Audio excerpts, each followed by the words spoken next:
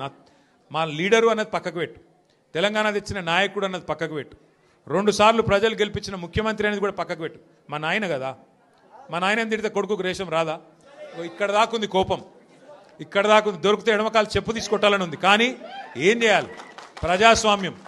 ఎకతక్క మాట్లాడితే మళ్ళీ ఏమంటారు? అగో వీనికి బాగా ఇంకా వీనికి అహంకారం ఉంది రాబోయ్ అంటారు.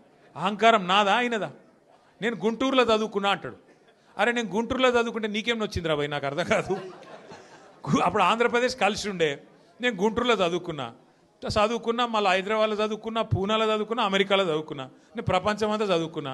నీ లెక్క చదువు సందే లేకుండా తిరగలేదు. మీ అమ్మాయి నీకు చక్కగా తోవ చూపెట్టలేదు. నేనేం చేయాలి దానికి? నీ ఏడిపోయింది నా మీద. అవో వీనికి ఇంగ్లీష్ వస్తుంది అంటాడు. అరే నాకు వస్తే నీకేం నొప్పిరా నాయన? నేర్చుకో.